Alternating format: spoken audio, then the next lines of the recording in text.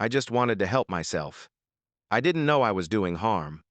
Those were Eleanor's last words to me before the tears came. 81 years old. A librarian. Her whole life. Sharp as a tack. Until the vitamin E she bought at the pharmacy caused bleeding in her brain. She can't remember stories anymore. She walks with a cane now. All because nobody told her the truth about vitamins after 60. I'm telling you now, and if you're taking supplements, you need to hear every word of this. Every morning, Martha Richardson lined up her supplements at her kitchen counter. 7 bottles. 7 promises. At 73. She thought she was doing everything right: vitamin D for bones, vitamin E for her heart, B-complex for energy, and others her friends recommended. She felt virtuous, responsible, in control of her health. What Martha didn't know was the danger quietly building inside her body with each passing day. This is a story about good intentions gone wrong, about how the very things we take to protect ourselves can become instruments of harm. Right now, millions of older adults make the same choices Martha made, believing they're helping themselves when they might be walking toward silent catastrophe. The truth is shocking. Common vitamins taken by older adults can significantly increase the risk of stroke, brain bleeding, nerve damage, and serious health complications. Not because these vitamins are inherently bad, but because in doses available over the counter, taken without proper guidance and combined with medications, they become something our aging bodies cannot safely handle. Martha's husband found her confused at the kitchen table on a Tuesday morning, unable to speak clearly, her right arm limp. The stroke came without warning. At 73, with controlled blood pressure, healthy diet, and regular exercise. She shouldn't have been a stroke victim. The blood panel revealed the shocking truth: dangerously elevated calcium, stiffened arteries, overnight blood pressure spikes. The culprit? Vitamin D toxicity from the 10,000 IU capsules she'd taken daily for 3 years, far exceeding what her body needed. When vitamin D accumulates to toxic levels in older adults, it forces calcium into the bloodstream. Aging kidneys cannot eliminate this excess fast enough. Calcium deposits in blood vessel walls, making them rigid and narrow. During early morning hours, when blood pressure naturally rises and blood thickens after nighttime dehydration, conditions become perfect for clots to form and travel to the brain. Martha survived, but her life changed forever. Her speech never fully returned. She walks with a cane now, carrying the knowledge that she caused her own injury while trying to prevent one. She's not alone in this tragedy. Down in Ohio, Eleanor Brooks faced a different but equally devastating outcome. At 81, Eleanor had been a librarian for 43 years. Sharp and witty, she managed her heart valve condition carefully with warfarin, monitored closely by doctors. Then she read about vitamin E's promise of better memory and circulation. She purchased 800 IU capsules, not knowing they would interact fatally with her blood thinner. 3 weeks later, a hemorrhagic stroke bleeding inside her brain. The combination of warfarin and high-dose vitamin E had made her blood too thin to clot. Vitamin E in high doses acts as a natural anticoagulant, interfering with vitamin K-dependent clotting factors. Combined with prescribed blood thinners, it creates a dangerous double effect. The recommended daily amount for older adults is just 15 milligrams, about 22 IU. Eleanor was taking 36 times that amount. She survived but walks with a cane now. Her short-term memory never recovered. Through tears, she told me, "I just wanted to help myself. I didn't know I was doing harm." These aren't stories of carelessness. These are people trying to take responsibility for their health, doing what advertisements promised would help them, without understanding the real risks. Harold Jenkins experienced yet another devastating consequence. At 76, Harold retired after 42 years of truck driving. 6 months into retirement, his feet felt numb. His hands tingled. His balance faltered. Tests showed normal blood sugar, cholesterol, and circulation. Then his doctor asked about supplements. Harold's B-complex vitamin contained 100 milligrams of vitamin B6 daily for 3 years. The recommended amount for older men is just 1.7 milligrams. He was taking nearly 60 times that. Excessive vitamin B6 becomes toxic to nerves, damaging them instead of supporting them. When pyridoxine accumulates at high levels, it interferes with nerve cell function. The damage starts in the longest nerves first, causing numbness, tingling, and loss of coordination. Recent studies show nerve damage can occur at doses as low as 25 milligrams daily for extended periods. Harold stopped immediately, but never fully recovered. His grip strength diminished permanently. He can walk but never feels the ground the same way. "I was trying to have energy for my grandkids," he said. "Instead, I can barely feel it when they hold my hand." The pattern continues with Dorothy Chen, who at 68 worked in fashion retail for 30 years. When she noticed dull skin and tired eyes, she found supplements marketed for skin and vision support, 10,000 IU of vitamin A daily. The safe limit for older adults is 3,000 IU. She took it for 5 years. Gradual headaches escalated to blurred vision and dizziness. An MRI and spinal tap revealed pseudotumor cerebri, elevated intracranial pressure, mimicking a brain tumor, caused by vitamin A toxicity. Unlike water-soluble vitamins, vitamin A is fat-soluble, accumulating in the liver and tissues. Aging livers process it less efficiently, making buildup faster and more dangerous. Many people unknowingly take multiple vitamin A sources, multivitamins plus specialized supplements, tripling their intake without realizing different label names like retinol, retinyl palmitate, and beta-carotene all convert to vitamin A. Dorothy is recovering slowly but needs regular eye exams to prevent permanent vision loss and balance therapy. "I thought I was doing something good," she said. "I never imagined a vitamin could hurt my brain." Then there's Frank Miller, who delivered mail in Florida for 38 years before retiring at 82. 6 months into retirement, strange symptoms appeared: sudden facial flushing, heart pounding in his chest, morning dizziness. His wife blamed anxiety. His son blamed blood pressure medication. Nobody checked the over-the-counter supplement promising heart health and cholesterol support. The bottle contained 1,000 milligrams of niacin per serving. Frank took it twice daily, 2,000 milligrams total. The recommended amount for older adults is roughly 16 milligrams daily. Frank was taking 125 times that amount. High-dose niacin causes blood vessels to suddenly dilate, creating the characteristic hot, red flushing. Shortly after, vessels constrict, spiking blood pressure. In older adults with stiffened arteries, this yo-yo effect places enormous stress on the cardiovascular system, like repeatedly bending metal. Eventually, something gives. Frank experienced a transient ischemic attack, a mini-stroke. His speech slurred for 2 minutes, then returned. When it happened again a week later, his wife drove him to the emergency room. Recent research from early 2024 discovered that excess niacin produces metabolites that directly promote blood vessel inflammation. One breakdown product, 4-PY, was found to double the risk of heart attack and stroke in people with elevated levels. The supplement meant to protect the heart may actually damage it at the molecular level. Frank stopped immediately and is recovering with no permanent damage. "But he told me something that haunts me. Doc, I thought I was doing everything right."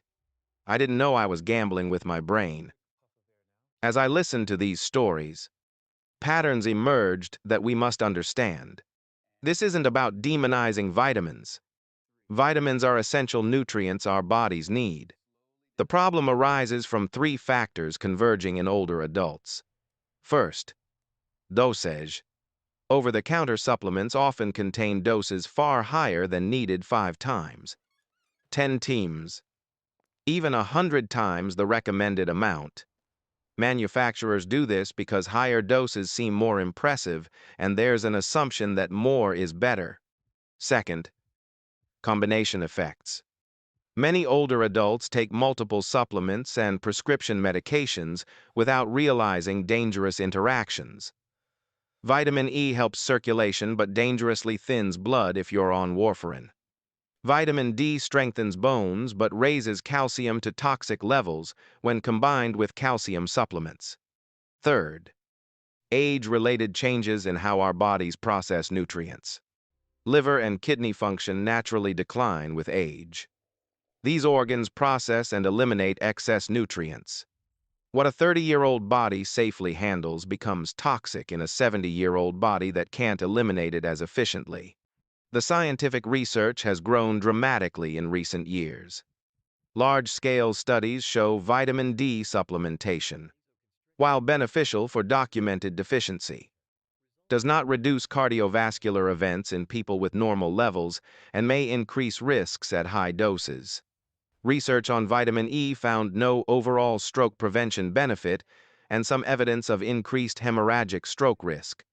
Studies on vitamin B6 document nerve damage at previously considered safe doses. Investigations into niacin found that despite cholesterol-lowering effects, it doesn't reduce heart attacks or strokes and may actually increase mortality risk. The message becomes clear. Vitamins are powerful, and like all powerful things, must be used with knowledge, care, and proper medical guidance. But there is hope, and it comes from an unexpected place, not from a new supplement or a better formula, but from returning to what our bodies were designed to use. Margaret Wilson's story shows us this path forward. At 73, the retired school principal from Arizona had a drawer full of supplements, vitamin D, E, B complex, niacin, multivitamin, and others. She felt dizzy in mornings. Her balance was off, her blood pressure climbing. Her specialist did something radical. He removed all supplements. Instead, he suggested focusing on real food, not a special diet. Just simple, whole foods. Margaret's breakfast became elegant in simplicity. 1 boiled egg for protein, half an avocado for healthy fats, whole grain toast for steady energy, a handful of blueberries for antioxidants, and water, sometimes walnuts or almonds. No powders, no pills, just food her body recognized. Within weeks, the dizziness faded, blood pressure stabilized, energy returned steady and sustainable. Her mind felt clearer than it had in years. The science behind Margaret's transformation is straightforward yet profound. When you eat nutrients in their natural form from whole foods, your body receives them in balanced amounts and combinations, allowing proper absorption. Vitamin E in almonds comes with healthy fats, helping absorption. Calcium in leafy greens comes with vitamin K, directing it to bones rather than arteries. Vitamins in blueberries come with fiber, slowing absorption and preventing spikes. Real food provides what supplements cannot: context. Our bodies evolved over millions of years to extract nutrition from food, not to process isolated, concentrated nutrients in megadoses. When you eat an orange, you get vitamin C plus fiber, flavonoids, potassium, and dozens of compounds working synergistically. A vitamin C supplement gives only isolated vitamin, often in far higher doses than you'd ever consume from food. For older adults, the best foods include leafy greens rich in folate and antioxidants. Fatty fish providing omega-3 fatty acids protecting brain cells. Berries offering polyphenols supporting cognitive function. Nuts and seeds providing vitamin E and healthy fats naturally balanced. And whole grains keeping blood sugar stable. These foods don't just protect your brain, they support your heart, strengthen bones, stabilize mood, and maintain mobility. You're healing with every bite. Margaret, 3 years later, is healthier than she's been in a decade. She walks 3 miles every morning, volunteers at her old school, plays with grandchildren without needing naps. She hasn't taken a supplement in 3 years. I thought the pills were keeping me healthy. She told me, but they were making me sick. Real food gave me my life back. Understanding individual cases helps us see human cost. But we must also understand larger systemic issues creating this situation. The supplement industry is largely unregulated compared to pharmaceuticals. Manufacturers make health claims that sound scientific but haven't been proven in rigorous trials. Advertisements feature glowing older adults, promising everything from bone strength to mental clarity, creating the impression these products are essential for healthy aging. There's a dangerous gap in medical education, too. Many physicians receive minimal nutrition and supplementation training. When patients ask about vitamins, doctors may say they're probably harmless, not realizing real risks, particularly in older adults on multiple medications. Patients often don't mention supplement use because they don't think of them as real medicine, creating dangerous blind spots where harmful combinations go undetected. We also live in a culture believing more is better and that we can outsource health to a pill. Taking a pill feels easier than preparing healthy meals or daily walks. We've been conditioned to believe there's a supplement for everything, that we can eat poorly, then fix it with vitamins. And underneath it all is very human fear of aging.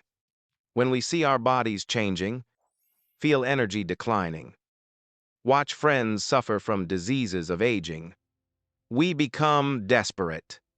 Supplement manufacturers understand this fear and exploit it masterfully, offering hope in convenient capsule form. But here's the truth nobody wants to hear. There is no pill making you young again. No supplement compensates for decades of poor choices. No vitamin prevents death.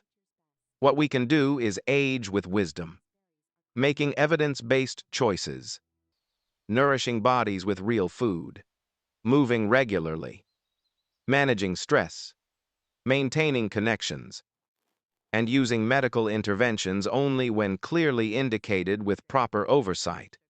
If you do choose to take supplements and there are legitimate reasons in cases of documented deficiency, you must follow critical principles. Get tested first. Never start supplements without blood work checking your levels. If vitamin D is normal, you don't need supplements. Supplementation should address specific, documented deficiencies, not taken just in case. Know your dose. Read labels carefully. Understand milligrams versus micrograms. Know the recommended daily amount for your age and sex. Be suspicious of anything providing more than 100% of daily value. Tell your doctor everything.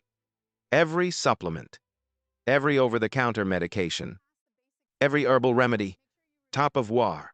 Bring bottles to appointments. Ask specifically about interactions with prescriptions. This could save your life. Understand timing, too. Some supplements need food. Some don't. Some work best morning. Some at night. Vitamin D taken at night can interfere with melatonin production, affecting sleep and nighttime blood pressure. Monitor for side effects. If you start a supplement and notice new symptoms, headaches, dizziness, numbness, skin changes, digestive issues, stop immediately and consult your doctor. Remember that natural doesn't mean safe. Arsenic is natural. Poison ivy is natural. Natural is marketing, not a safety guarantee. Check total intake because many take multivitamins plus individual supplements, not realizing they're getting multiple doses of the same nutrients. Read every label. Add up total daily intake across all products. Be especially careful with fat-soluble vitamins A, D, E, and K accumulate in fatty tissues. They're not eliminated in urine like water-soluble vitamins. Overdose is easier and more dangerous. These should only be supplemented under medical supervision with regular monitoring. So here's what I'm asking you to do. Starting now. First, take inventory. Open your medicine cabinet. Pull out every supplement. Line them up. Write down what each is, how much you're taking, and why you started it. Second, schedule a doctor appointment. Not for emergency. For conversation, bring your list and bottles. Ask, do I actually need these? Have we tested my levels? What are potential side effects and interactions? At what dose do these become dangerous? How often should I be monitored? Third, commit to food first. Spend supplement money on high-quality whole foods instead. Learn to cook if needed. Invest in fresh vegetables, good proteins, healthy fats. Make your kitchen a pharmacy that actually works. Fourth, educate yourself from evidence-based sources, not supplement company websites or social media. Understand the difference between preventing deficiency and pursuing optimization. Learn to recognize marketing tactics. Fifth, if taking dangerous doses or combinations, stop immediately and consult your healthcare provider. Don't quit cold turkey if you've taken high doses long-term. Some need tapering. Sixth, spread this knowledge. Talk to friends taking handfuls of supplements every morning. Share these stories with family. Help others understand what seems safe might not be. We have responsibility to look out for each other, especially in our aging years when we're most vulnerable. Seventh, demand better from the supplement industry and regulators. Contact representatives. Support regulations requiring better labeling, lower maximum doses, and interaction warnings. The current system allows companies to profit from our fears while risking our health. This needs to change. Finally, reclaim your health from the marketplace. Stop letting fear and marketing drive choices. Trust your body's ability to tell you what it needs. Eat when hungry. Sleep when tired. Move because it feels good. Nourish yourself with real food, real connection, real purpose. These actually extend life and enhance quality, not pills promising everything while delivering harm. Your body is wise. It has carried you this far. It deserves respect, attention, and care based on truth rather than hope, evidence rather than marketing, wisdom rather than fear. The morning ritual doesn't need to be a lineup of bottles. It can be a good breakfast, water, gratitude, then stepping into your day with clarity and strength. The choice is yours. The knowledge is now yours. What you do determines whether you age with health and independence or become another story of good intentions gone wrong. Choose wisdom. Choose food. Choose life. Choose to take responsibility by questioning everything, verifying claims, and never assuming that over-the-counter means safe. This is your wake-up call. Your chance to change course before it's too late. The vitamins in your cabinet might be slowly stealing your future. Don't let them. Your health is your responsibility. Not the supplement companies. Not the advertisements. Not your well-meaning friends. Yours. Own it. Protect it. Make sure choices you're making today don't rob you of tomorrow. The time to act is now. Not next week. Not after you finish the bottle. Now. Your brain, heart, nerves, independence. They're all depending on the choice you make in this moment. Choose wisely.